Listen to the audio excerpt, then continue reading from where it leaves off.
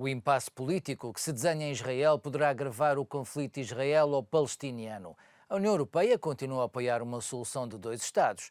No entanto, há quem veja aqui uma oportunidade para se relançarem as relações entre a União Europeia e Israel. A União Europeia está a acompanhar a situação de empate técnico entre os conservadores do primeiro-ministro israelita Benjamin Netanyahu e o seu rival, o centrista Benny Gantz. O processo de paz no Médio Oriente e as relações entre Israel e a União Europeia são as preocupações dominantes. A solução de dois Estados não está à vista e nem sequer existe um processo para lá chegar. Mas penso que é importante criar uma nova relação, porque têm existido muitas tensões entre o Parlamento Europeu e Israel, e isso não ajuda ninguém.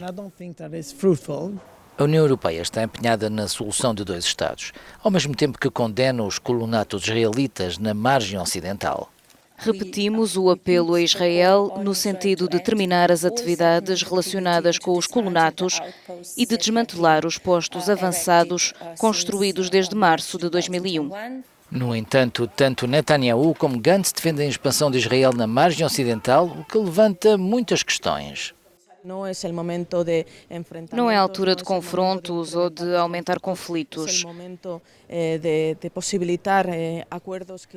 É a altura de criar acordos e a União Europeia deverá estar disponível para encontrar vias de entendimento.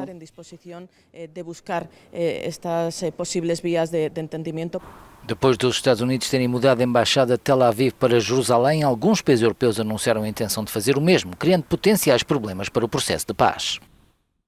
Nas notícias breves, falamos do apelo à luta contra o branqueamento de capitais e do apoio aos programas Erasmus Plus e Horizonte 2020, que vão contar com um reforço orçamental. O Parlamento Europeu vai apelar aos Estados-membros para implementarem as regras anti-branqueamento de capitais nas legislações nacionais. A fraca cooperação e partilha de informações entre autoridades nacionais são os principais obstáculos à eliminação dos financiamentos de origem criminosa. A resolução é votada esta quinta-feira. O Parlamento Europeu reforçou o apoio à educação e investigação. Os eurodeputados votaram a favor de um reforço orçamental de 100 milhões de euros dos programas Erasmus e Horizonte 2020. O programa Erasmus, recordo, apoia a mobilidade dos estudantes, enquanto o Horizonte 2020 promove a investigação académica.